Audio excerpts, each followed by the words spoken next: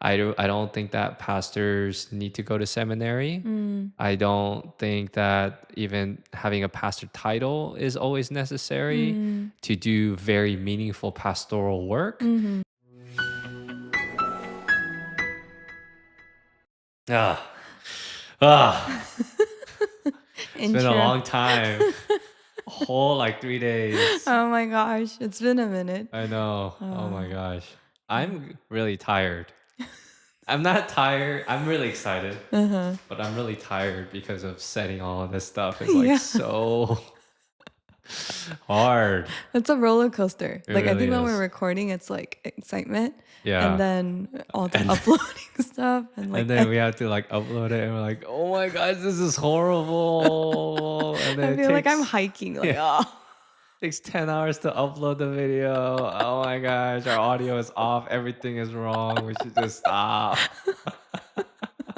And then we're like, episode 3. Yeah. Uh, We kept pushing through it. mhm. So we're currently uploading episode 2. Hopefully Mhm. it uploads. As we speak. Yeah. So I actually wanted to I know this isn't the topic that we're going to talk about, Mhm. but I actually was thinking about like just content creating. And Mm. I think it's like this part is so fun.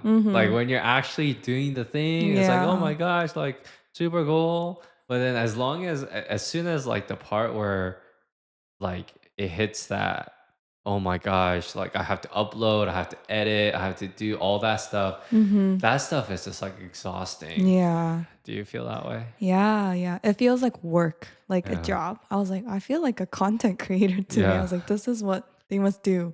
Yeah. 8 to 5. Yeah. Not fun. Yeah. And I'm sure it was like very stressful on your end too. Mhm. And so, yeah, I was like thinking also like, you know, for other Christians to like create content online and what that Mhm. looks like and what that means. Mhm. But I think that could be another future episode. Mhm. No, that's a cool topic. But the topic that I wanted to discuss today Mm. was about being bivocational. Mhm. And it's not like the sexiest topic. As soon as I told you, you're like, it's so obvious. You could read my face. I thought it was pretty neutral. So obvious. Ooh. And I think the reason why is because one of Dr. Kim, so Dr. Mhm. Kim has a student in Mhm. Cal State Fullerton, and I think the student wants to become or wants to be in ministry and also wants to do teaching. And Mhm. that's exactly what I'm doing. Mm, yeah. And so I'm thinking about that one student, Dr. Kim's student, and I guess creating this podcast for that student. But also, I think other people who want to consider being bivocational, Mhm. I think could be very helpful. Mm. And because I really do think that, because I think you know my stances on like being a pastor. Mhm. I don't think that pastors need to go to seminary. Mm. I don't think that even having a pastor title is always necessary Mm. to do very meaningful pastoral work. Mhm. And so I have several beliefs around that. Mhm. And I think it's going to all kind of converge. Mhm. And so yeah, I don't know how it's going to play out, but Mhm. I'm sure it will. Yeah. Yeah. Mhm. Do you have any like questions or some things that we can start on? Start on? Yeah, Maybe do you want to give like a share your like a brief summary of like your stance on like being bivocational? sure. Mm-hmm. I felt like I just asked you to interview me. I think, why don't you ask? I'm gonna ask you to ask a question to me now. Do it. Understood. And you're like, well, okay, okay. Here's a question that. Wait, what was your question again? It was like, can you give like a brief summary on like your stance Oh, on? okay, okay. So maybe I can start with like my um kind of what I'm doing now and what I've Mm, done up to okay. this point, Mm-hmm.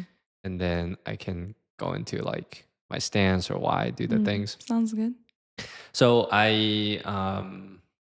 when I was in college, Mm. I decided to become a teacher Mhm. because I was thinking about, okay, like, what is the thing that I think is going to be loving other people and loving God, Mm. and also going to allow me to make money? Mhm. And the only thing that came to mind at the moment was becoming a teacher. Mm. And so I decided to become a teacher with the influence of my grandpa.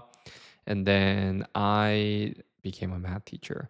And during that time, I had no desire to become a pastor. In Mm. fact, I'm sure I told you the story. Because of your Like, past. yeah, I told, I said, I shared with you that I never wanted to become a pastor, Mm. especially a Korean pastor, because which I Mm. am, I'm a Mhm. Korean person, and working at a Korean American church or a Korean immigrant church. Like, I didn't ever imagine myself doing that. Mm. And the Mhm. reason why is because the it's just like so much stuff that's happened in the Mm. past with Mhm. my church experiences. I was Yeah. like, I'm never gonna become a pastor Mhm. ever. Like, Mhm.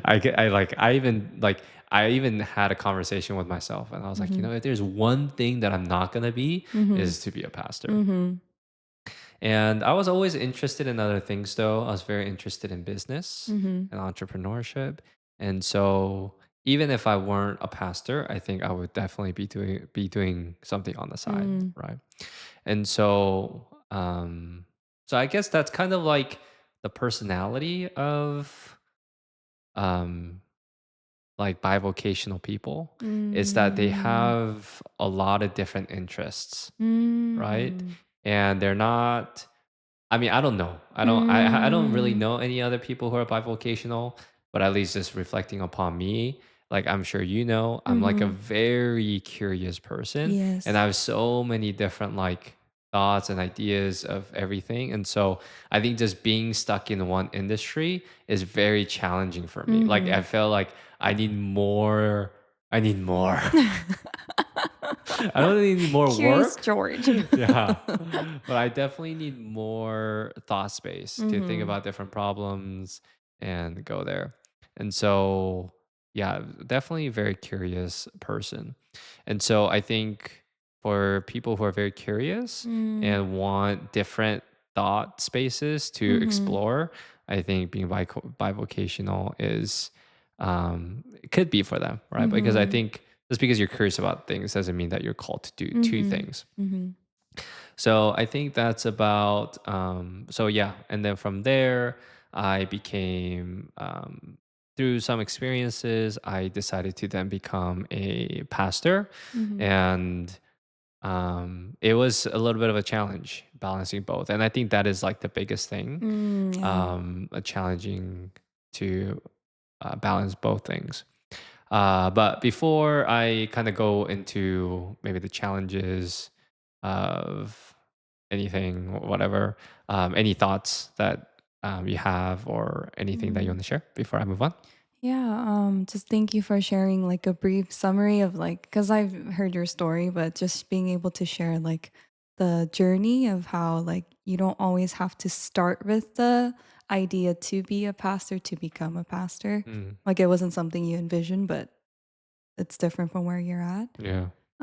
I think that can be very encouraging to people who are like thinking about or heading towards that. Mm, And also like you raised up the curiosity and like personality aspect. mm, And then I thought like I compared myself to you of like personality wise, like, oh, I'm not that much of a curious person, but like mm. why is it that I still also want to be bivocational? Oh. Yeah. And in comparison, I think everyone Mm, has a curious aspect, but in comparison to like your ideas and creativity, I don't think I'm as creative or curious.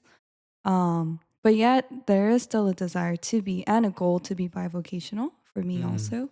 And I think the main reason for me is like finance. mm, I think it's hard to be in full-time ministry now, especially with like living in California and like if you want to raise a family and so I think that and also I mean I think that's what leads me to like not let go of ministry, but also I feel like life financial circumstances makes it hard for me to commit to full-time ministry Mm, because like churches often don't pay very well. So it's different from being bivocational in two different jobs, at least from what I know. Like being I don't know, like an architect and a teacher versus being a pastor. I feel like the pay is very different. And so it's almost like doing it more as a means so that you can continue to ministry and you're utilizing your like worldly job, like being a teacher, to maintain like your family and maintain support. So it doesn't have to be as much as like a dependent on church finances or like missionary lifestyle. Yeah. So I think finance is a big aspect for me. What do you think? yeah, I think that's like so true. Mm. That financial piece, I just, as you were talking, I like Mhm. literally wrote it down. I Oh. think now it'd be very difficult, especially if you are wanting to work at a Korean immigrant church. Mhm. Not that there's a lot. I mean, I don't know, but it doesn't seem like there's a ton of those churches. Mhm. But if you are wanting to work in a Korean immigrant church, or even like, I don't know, maybe even a Korean American church, even Mhm. though I've never visited a lot, but I'd Mhm. assume that you're not getting paid like 100K Mm, upwards. yeah. There is a chance then maybe I should work for Maybe like a head You made pastor a head and in pastor. a like relatively large church, but Yeah. yeah.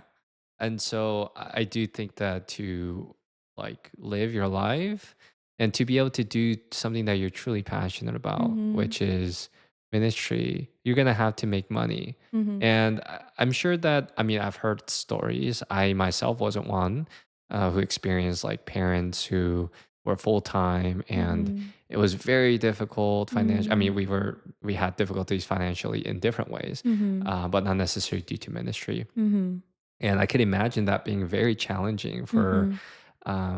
for kids, and Mhm. especially a lot of these Korean pastors that come from Korea. It's like Mhm. they're immigrants. They don't know how to speak the Mhm. language Yeah. here. They don't have like a job that we do, and Mhm. trying to be a full time pastor that's getting paid like nothing, and Mhm. imagine just the impact that's having on their families, right? Yeah. And just because you're Korean American doesn't mean that you actually get paid that much Mhm. more than this Korean immigrant pastor who Mhm. came from Korea. I mean, I don't really know, but this is all my assumptions, Mhm. and I guess somebody can come on this podcast and challenge my Mhm. Leave a assumption comment. on my thoughts. But Mm. yeah, I really do think that because not only of curiosity, Mm. but out of necessity, I think it's going to be Yeah. very important for any pastors moving forward, Mhm. or anybody who wants to go into like some like serious ministry, Mhm. to Mhm. have to be bivocational. Mhm. So I think that's one of the reasons why people could be. So it's like out of necessity Mhm. and out of curiosity. Yeah. Um, do you have any other thoughts on that, or what other reasons do you think people would want to be bivocational? Bivocational. Mm. So we said curiosity and financial means. Um, I can't think of any now. What do you have any ideas? I don't. Yeah, I'm not sure if I can like pinpoint those two Mm-hmm. things or pinpoint more Another thing. ideas. Mm-hmm. Um, and I guess then from here we can go into like maybe some of the like benefits of being Mm, bivocational. And I think personally for me, being bivocational has helped in doing well in both. mm, And so, I don't know, well in both, but it sparks ideas in one industry that mm, helps me in the other industry. mm, So, like for example, being a teacher, one of the mm, things that I get to do is I get to do a lot of these trainings mm-hmm, about social emotional learning or building mm, community mm-hmm, or even AI. And it just mm-hmm, like, especially the district that I work at is very innovative, is very looking forward mm, looking, and because of that, I get an opportunity to bring a lot of the things that I'm learning mm-hmm, to to my school mm-hmm. or to To church. ministry, right? And I think so. And I know we're gonna go into this later. But I really do think one of the reasons why the Korean immigrant church Mhm. and I it's there's a lot of friction there and perhaps not a good match is because of everything that I learned at work. And it's Mm. very not in terms of beliefs. Mm. I think beliefs haven't changed in terms of like whether God's real, whether the Bible is true, or whether that we should Mhm. love God Mhm. and other people. Not that part. Just the part about like the way to do things, Mhm. right? And I think we previously maybe talked about like, oh, like religion and creativity and curiosity where all Mhm. that comes in. It all comes in because of my work. Mhm. And in fact, my work is one of the primary reasons why I think so differently.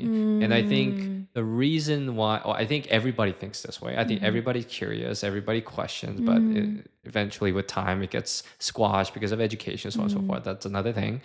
But because of that curiosity and because of Mm.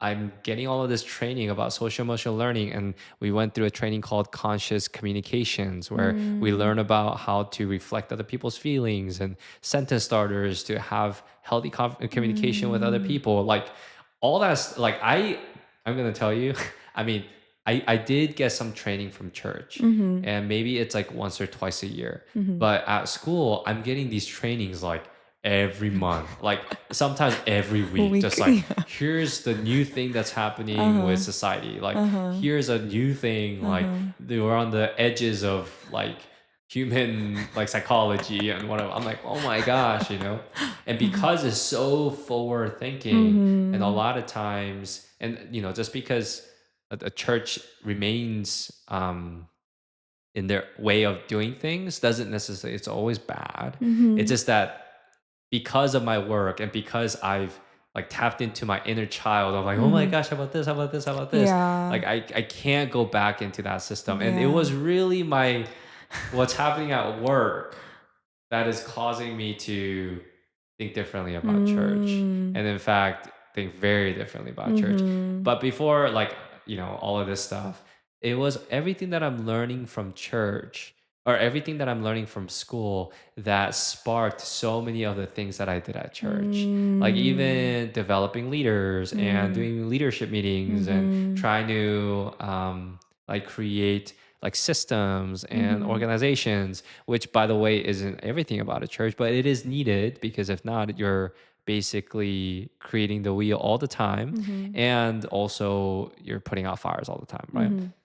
So a lot of that stuff I'm learning from work, and it really helped me to think differently about church, right? Mm.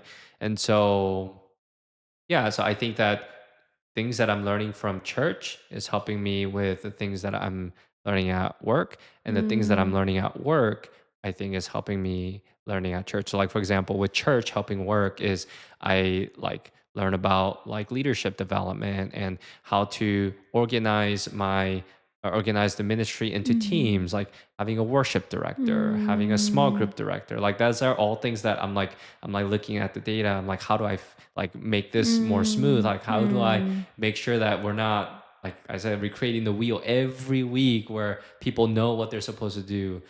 Is through creating these systems or Mhm. teams, right? Mhm. And leaders, raising up those leaders.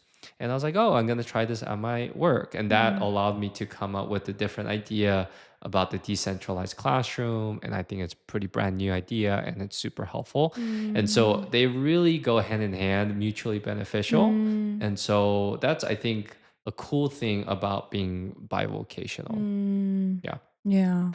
Yeah, I think you do raise a good point and like explanation about how like they feed on each other. Like you don't have to choose one or the other. You can choose both and grow together and then give the benefits and like feedback of both job and ministry to each other. And then you can just keep moving forward instead of it being two separate things. So I think that's very cool.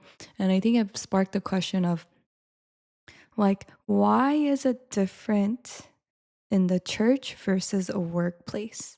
And I think it raised the question of like, nature and first nurture is like you said, like we all have the curiosity aspect, but what about our surroundings? What about the nurture aspect makes it maybe difficult for Asian immigrants to be in that creative space, at least personally for me. And I was like, I think culture has to do a lot with it. Um, like it's not just church, the Korean church, but the Korean family. Like I don't Mm, really think there was much like means of creativity in my family as well, or the way they raised me. It wasn't like, "Oh, what do you think?" Or what are your thoughts about this? "Oh, why don't you come up with a plan? Like, what do you want to do in the future?" It's like, "Oh, I have this life plan for you." "Oh, I mm, have an idea for you, and yeah. I've already found a teacher for you." And so it's very like top bottom kind of hierarchy of like, this is what I think, and so therefore please do. And then I think that's often replicated in the church with older generation of Korean people who lead in that way. And so like recently, like when we went to this, I'm gonna say Korean church, like I was so surprised that their PowerPoint is not much, not very modernized, Mhm. and it wasn't very different from like 10 years ago Mm, versus like let's say a different like American churches, like when they have like Easter, it's like spotlights, like mhm. cameras, like live cameras moving around and like performances. And so I was like, I wonder what about this Korean church like makes it so like stagnant in change? Like, how come like we repeat and not much creativity is introduced? And I think it's the culture aspect. And so I think like to be on their side, it's like I know they're not intentionally like blocking um, innovation and growth, but I think because there's so many generations of like there's safety in doing the same thing. I don't think they offer much room to grow and like change is like, whoa, whoa, whoa, whoa. Like, I don't think it's gonna work out compared to like your job space. I from what I've heard from you, it's like they're very trusting and they're very open to give you space to try new things and Yeah, like have a two-way conversation. yeah. In this American culture of I respect your thoughts, like tell me what you think.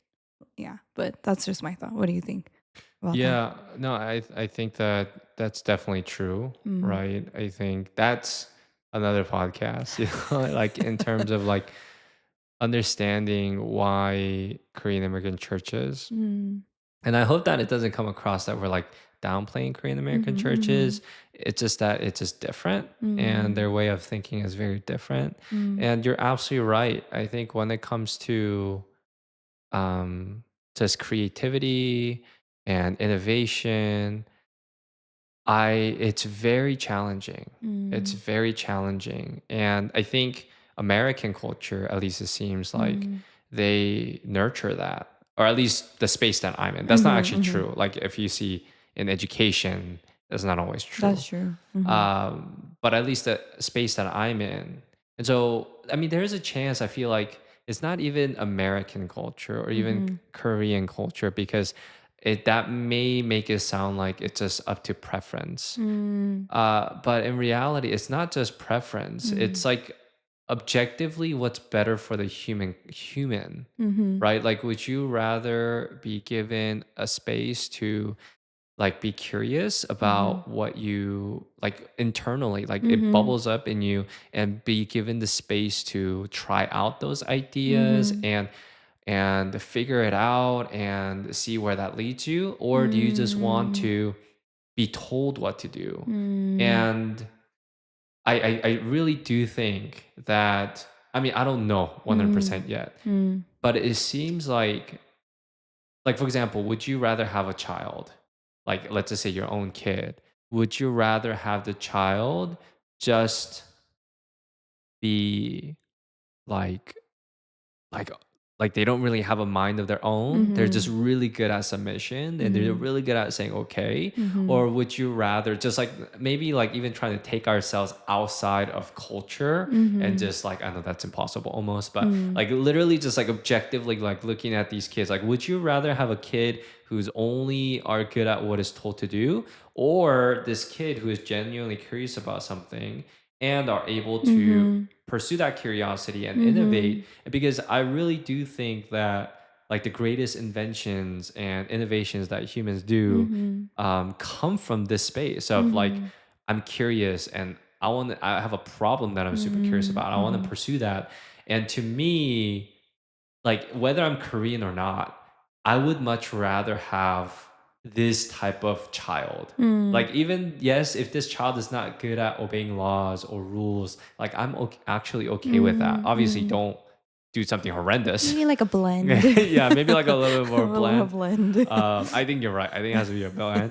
And I think that if I had to choose though, Mhm. like if I Mhm. wanted an emphasis, it Mm. would be more on this. Yeah. And I think yeah, I know it's like yeah, so yeah. Mm. Yeah, that's a good point. Like if you were to choose, like step out and just look at it objectively as the child, not like without culture, like it does seem to be more nurturing or more like self like building to raise a child who's able to think for themselves and like decide because they have to eventually. Yeah. Um yeah. And Yeah, I really do want yeah, I do want to rear up kids like that in the future if mhm. we have kids. And you know, and I do want to talk about like you did mention about churches like having more like flashy or having cameras and having different PowerPoints and things like that. Mhm. And I think that for me personally, those things aren't like super important. Mhm. And I think what is interesting about that, at least, is that they're thinking differently. Mhm. They're Yeah. open to new ideas. Yeah. Is that the most effective way to We communicate the don't know. gospel? We don't know. But Mm. at the least, they're thinking creatively, they're Mhm. innovating, Yeah. um, and yeah, they're thinking creatively about the Mm. church space to meet the needs of the people in a Mhm. way that perhaps in the past they were not able to. Yeah. And so somehow through the iterations, that's what they came to. Mhm. But yeah. Yeah. Like to give an example of how like the question that was raised of like what can we do differently to like be of interest to different people, to more people. Yeah. Like I was able to invite a friend I went to grad school with because during that Easter time, like there were so many events going on and then they did this production of like basically the gospel. Like there's Jesus, the cross, and then his resurrection. And so I thought that was very powerful of like that was a new way to introduce to somebody what the gospel is without necessarily like the renowned like way of like go to the beach like go disciple like go evangelize, use the colors, use the pamphlet we've always used, um and instead of just like telling them like face to face, it was like they were able to see it in like a movie form at a church. And then I feel like it was very, I don't know, it was very like interesting. Mm, And so I was like, oh, this is very like thoughtful of trying to think of a new way to present the gospel. And yeah. if that's what the heart is behind all this creativity, I think I'm like all for it. Mm. Yeah. Yeah, I think I could imagine that for some people, Mm-hmm. that presentation and that production Mm-hmm. is going to be much more, it resonates with them a lot more than having a preacher Mm-hmm. that just preaches. Mm-hmm. And I mean, I don't know, but it seems like that is true. Mm-hmm. And so, yeah, I think innovating and thinking differently about that Mm-hmm. space, I think, is important because I Mhm. think there is a chance, right? Like for your friend, Mhm. if you think about it, like you might not feel super comfortable taking this friend to listen to a preacher, Mhm. but you feel comfortable taking her to a play Mhm. because that's more like less religious, Mhm. right? And so, is that maybe how you felt? Yeah, yeah, I definitely did. Like, cause it was a church service, so I was kind of like worried of like, it's Oh, like super worship is like intense. everyone's like raising their Yeah. hand and like it's a full band and then um and then and then there's a preacher, and I was like trying my best to like explain this is the flow of a service, but like it's awkward for somebody who hasn't been to church to step in and like people raising their hands and singing songs that they've never heard before. But in like between there was the production. So I think it was like, oh, like it was it would have been more difficult for me to sit her down over a cup of coffee and be like, this is what the gospel is. Like I have to like sew it into our conversations and like be cautious of our relationship, but still deliver truth. So I can give a lot of my testimony, but it's hard to just sit, like talk about just the gospel. But I think Mhm. the production was a way for like the gospel to be shared. And so like I was like, oh, like this is a very good way to deliver that. And then connecting to the sermon, it was a lot smoother transition than a full hour of just like music, then like a preacher like yelling in the mic, and then it's done. Mm, And so it was like it was that was when I remember like creativity was a helpful mm. evangelism tool. Yeah, that's Mhm. awesome. Mhm. Yeah, I think some people may have this idea when they look at that. They're like, well, I think for me initially have this idea. I'm like, man, is it like diluting the gospel? Is Oh, it that's diluting true. the word of God? I Mhm. mean, I don't know. I don't Mhm. know, right? And I think there has to be a balance between like the purity of the word of God Mhm. and Mhm. letting creativity like even sometimes shadow the word of God. Mhm. But definitely I think that as long as it magnifies it, I think Mhm. for those in that case, like you said, Mhm. like there is an audience of people out there that is going to resonate so much more with the play Mhm. rather than something like this, Mhm. right? So I think that that's really Mhm. good. Yeah. um Anyways, going back to like bivocational stuff. Yeah. I was like thinking about how to tie it back. Yeah, yeah. And so, yeah, I think bivocational, and I think the thing that some of the challenges maybe Mhm. is going to be like balancing both, right? And I Mm. think that's very important. And I think as new generation of pastors come and people who are interested in ministry, it's really going to require them to balance it well. Mm. And because having a full time job and then doing ministry on top of that could be very, very crazy. And Mhm. so, what my experience is that you have to be very clear about your boundaries Mhm. and what you can do Mhm. and what you have the energy to do. And you have to be very clear about that, Mm. especially if you're serving at a Korean immigrant church, Mhm. because I think the idea it keeps us going back to at least the sense that I feel is, Mm. of course you do it. Of course you preach every Sunday. Of Mm. course you come to Friday. Of course you do Sunday morning Bible study. Of course you do these things, these things. At least, obviously, that's not what they. Um, I mean, it started off that way, Mhm. but it didn't end that way. And Mhm. they were open to having conversations Mhm. about those things. And I think the thing that I felt every single time was just me. This is me. I just felt super judged, just like so judged for having needs. For having a voice. Yeah, for having a voice and just like I'm like really struggling, and I like I'm the one, like I'm trying to juggle both, and I'm telling you that it is not possible to Mhm. do the way that it's given to me in the way that it's been given Expect, to me, yeah. right? Like it has to change for me to survive. Not even, yeah, to survive. It needs Mhm. to change. And I think there were some accommodations made, which I Mhm. was really, really grateful Mm. for. And it's just that when it was made, though, I just felt very like, oh, you can't even do that kind of Mhm. feeling. Mhm. And maybe it's the Korean culture, I don't know. Mm.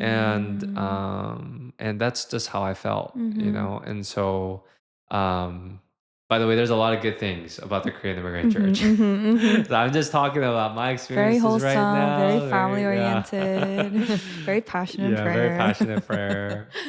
And yeah, so for me that was a big challenge. Mm.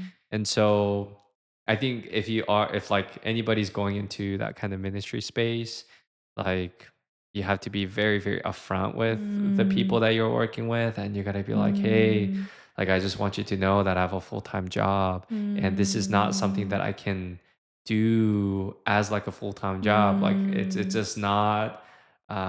And I think you kind of have to almost prioritize. I don't know what this means yet, but mhm, almost prioritize your full-time job mhm, because that is the way to sustain your living, and mhm, you have to make sure that you're doing it well.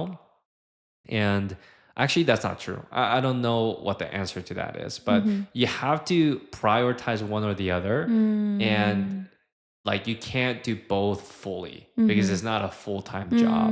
And then mm, you have to define it very clearly. Hey, these are the things that I cannot do. And you are mm, going to like learn as you are doing both what mm, is doable and what is not. mhm, And when I hope that whoever is listening to this and you're in church leadership and somebody comes up to you and says like, hey, like this is what I'm experiencing and mhm, it just seems like it cannot work out. mm, Like listen, like you have to listen and you have to adjust, and you can't think that person is just lazy or mhm, isn't a hard worker or mm, it just has weak faith. They're just mm, expressing a genuine need. They're like, mm, hey, this doesn't work for me. And the person needs to, well, if you're curious, like ask why. Like, why doesn't it work? mm, Can we figure out a better solution mm, without making them feel like they have lack of faith or mm, judged or things like that. And so, mm, anyways, I think the balance stuff is pretty important. mm. Yeah, thank you for sharing. And like, I have two follow-up questions for you. I think the first one is what, you know how you said you came to a point where like it was the demands were too much? Like, could you share some specific things that were like difficult to manage? Like, was it the financial aspect? Was it the workload aspect? And what necessarily about like certain jobs requiring of the work? And then the second question is like, what are some specific methods that you implemented? You mentioned communication with the leadership. And then are there other methods that you use to be able to manage both? Yeah. Mhm. I think the first thing is, um, what was your first question again? The first question Uh, was like, what was specifically difficult about managing oh, both? okay. Yeah. So I think the biggest thing is preaching because, Mm, oh my gosh, like preaching takes so much time. mm, And I would have been okay. And mm, maybe this is just a me thing. mhm, And I think that like when I don't preach well, at least mhm, in my own eyes, like it's very challenging for me and it's mm, very discouraging. yeah. And I realized that like, oh, it's just because like I don't know. I had all sorts of hypotheses as to why I feel the way that I do. Mm, And I realized it's just I don't have enough time to prepare. yeah. It's like I've just been, at least how I felt, and Mhm. I put myself in this situation, is that I'm in a situation where I can only fail. Like there's no way Mm, that I'm going to prepare a sermon that is going to mhm. be cohesive Mm, and is all going to be impactful to the mhm, congregation in 10 hours or even like maybe even like 7 hours. Like it's just mm, not, maybe those seasoned pastors who can mhm. like pump them out, I don't know. Maybe you can do that, but Uh-huh. I really genuinely think that in order to write a impactful sermon that's going to really fill the needs of the congregation, Mm, it takes about 15 hours, like mm. 10 to 15. And I'm Yeah, sure there's other pastors who spend a lot more yeah, than 10 to 15 hours, yeah. 40 hours of work Plus. plus another 10 to 15. Oh my goodness. Like, okay, imagine, okay, so you wake up at, like, so let's just say I come back home by Mhm, 4, and let's just say I'm working Monday through Friday. mhm, So that's 5 days. And so every time I come back from work, I just work again mm, from 4 to 7. mhm, So basically, when I go to work at 8, mhm, I come home at 7. I'm mm. having an 11-hour day almost every day. Yeah, Like, how is that even manageable? Like, yeah. it just, and then I've like so many times like I need another preacher. Like I can't like I There's need a guest speakers, yeah. and feeling judged for asking those things. Uh-huh. But yeah, like it just it really Mhm. cannot be done. Yeah. And so I think that was the biggest challenge. Mhm. And then there's the other things that I want to do, like building relationships with people, Yeah. like doing one-on-ones with them, and like Yeah. how am I going to find time Uh-huh. with on top of 15 hours of Uh-huh. preparation to do that? Yeah. I can't. Yeah. And so I thought of like different ideas of like raising up like the discipleship leader and to help me to do discipleship and all that stuff, but the preaching is going to be very, very challenging. Yeah. And so, yeah, I think that was the biggest thing Mhm. for me, Yeah, biggest definitely. challenge. Yeah. Yeah, definitely. When you put it like that, like just the math of the hours, that's crazy. That's like a 60-hour work week. Yeah. And I've seen you work more than that on a Yeah. sermon. Yeah. And it's like, and it bleeds into like our dating time, our Mhm. like one-on-one time, and then like that's also taking away from your own personal time with God. Yeah. Like I know you've shared in the previous podcast of Yeah. like just not running on empty and having your own intimate time with God, not Yeah. using each time you read the word to be something to make for other people, but Exactly. just enjoying it for what it is. Yeah. Like it is like be invisibly like seeping into all these other places, and so that is sounds like really hard to manage. Yeah. Yeah. Yeah. And Mhm. I think, as you were sharing, number one, I felt so seen when you said that. I don't know. I was like, oh my God, I've been Bree walking sees through it with me. you.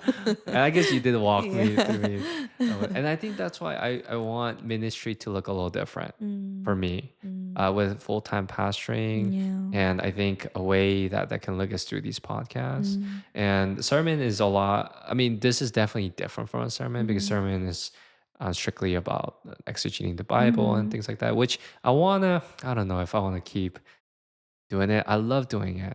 I love mm, it so much. And with all that's going on with life, like mm. maybe if I preach like once a month, Yeah. um, I think, yeah, To jump in though, yeah, like to put in perspective, I won't name the church, but they're, I believe, full-time ministry head pastor, and they don't preach every week. yeah, Yeah, like when I would follow up, it's like twice a month, yeah, and they have like a group of pastoral staff that they take turns, yeah, and they're full-time head pastor, yeah, and so relative to like you being a part-time, like to preach every week, plus you do Fridays, yeah, and then plus you do the one-on-ones. yeah, And for one pastor to do all those, like to wear all those hats, I think it's like we're like moving towards a direction where we need to maybe adjust at least a little bit. Yeah. yeah. Yeah. You're right. Like I've Mhm. been trying to put a preaching team together, and obviously we don't have the resources to do Mhm. that. Yeah. And so I even thought about just like not even getting paid, Mhm. and then just hiring another pastor Mhm. to preach, just to Mhm. preach, um with my Mhm. income. But I think it came to the point where like if I don't get paid, I can't become a pastor at the church. Like Mhm. it's like some financial stuff Mhm. or something. And so, yeah, I think you're right. Like there are better ways. And Mhm. so I think anybody looking to go bivocational, like you have to really observe those things. Like, Mhm. is this, I think it's this. It's like before you commit to a church that you Mhm. want to serve at, you like think objectively. I'm like, do I see this church honoring and respecting Mhm. my boundaries Yeah, as a yeah, that is full-time. true. I've talked to other like church pastors too. It's like, yeah, we have this like this norm that it's 4 hours for people who have full-time jobs or something. Mhm. That's the amount that volunteers you can ask them to Mhm. do. And Yeah. maybe like part-time pastors, maybe I don't know what their hours are, but maybe like 10 hours, Mhm. but to ask, 15 to 20 plus everything else, that just absolutely ridiculous. Mhm. And Mhm. I don't know about ridiculous because, well, maybe I don't know, right? It just validates how difficult it is. Yeah. Like, I think, like you're saying, like there should still be an amount of like listening and like adjustment made for it. It Yeah. shouldn't be dismissed as like, oh, like why can't you do it? Yeah. It's like really hard to do. Yeah. Yeah. Uh-huh. Yeah, I think it was very, very challenging Mm-hmm. for me to do. Yeah. And yeah, I think it doesn't have to be this way. Mm-hmm. I think Yeah. one of the things that I'm realizing over and over again is it doesn't have to be this Mm-hmm. way. Mm-hmm. Yeah. Episode one. It doesn't have to be this. Episode Yeah, one. that's right. Yeah. Go and listen. Listen. Yeah. And then maybe we can close with this question, or Yeah, maybe we can ask more about yeah. the question of so talking to somebody Mm, who wants to be bivocational and like maybe is in a circumstance where they're still navigating the waters, kind of finding it difficult to manage both. mm, Like maybe do you have any tips or like methods of how you were able to at least manage it? yeah. Um To answer the managing question, it wasn't healthy. mm, Like it was not good. mhm. And if I could go back, I would have done it very differently. And Mm, so, yeah, I think I should have, there is a chance where there's a part of me where I felt like I should have let it go. I mm, really do. mm, I don't think that's the case for all bivocational mm. pastors. But to consider it. Yeah. Mm, But in the way that it was given, or the way that I did it, mhm, is not sustainable nor mm, healthy. mm, And so that's why I think I say, like, before you commit, like, really look, like, are they going to mm, respect and even communicate up mm, front, hey, like, these are my boundaries. Like, I mhm, can't mm. adjust them. Like, could you respect Yeah, that? I think that's yeah, going to be a very vital question. yeah.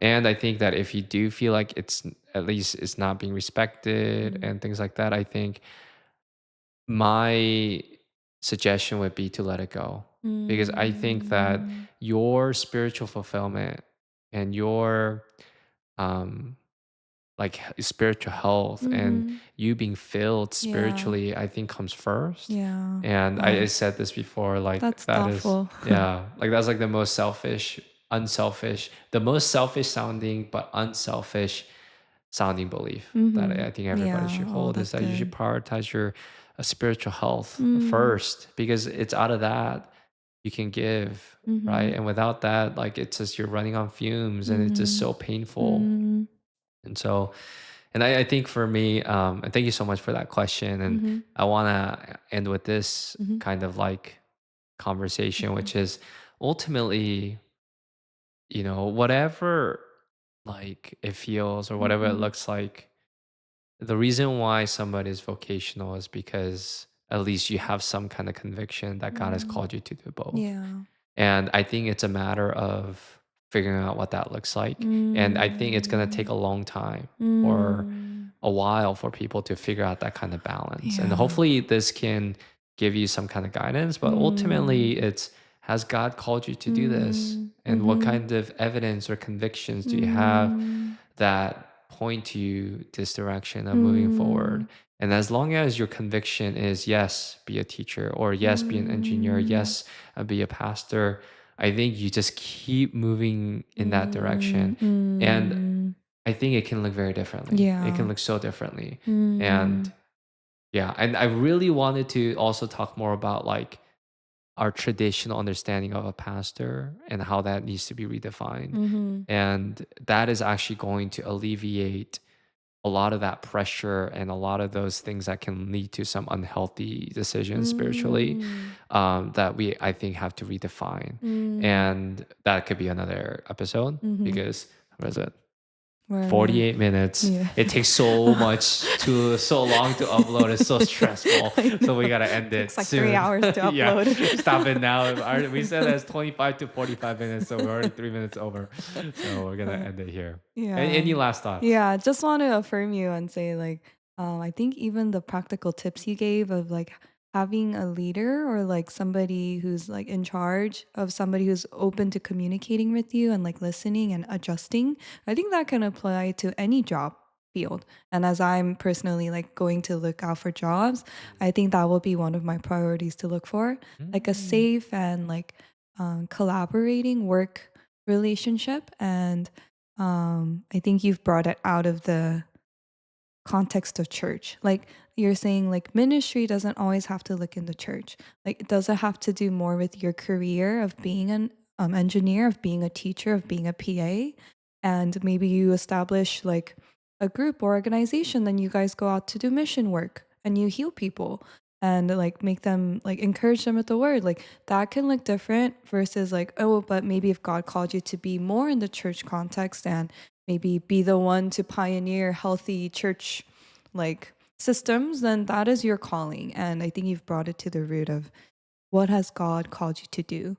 And then whatever it looks like, just be able to step out and like measure and like weigh your different options. Yeah. Yeah, I I think think that was really that good. yeah, I think that calling piece becomes like a stone, Mhm. and then you set it and you just build everything around Yeah. it. Yeah. And and think this podcast, and like you said, whether it's an organization or whether it's a Mhm. church, I think for me it's like this podcast, Mhm. and then maybe some of the potential things that could come out of this. Mhm. um and yeah, so oh, there's so many things. I also wanted to ask you Mhm. why you wanted to be bivocational, but that's Mhm. another question that we can save for later because it's Part gonna be so 2. long. Okay, Uh-huh. episode 3. All Yes. right, thank you everyone for watching or listening. Thank you. We forgot to do the alien Yeah, voice. maybe we'll close out. Bye, la, la, la, la, la, la, la, la. Bye, la, la, la. Bye.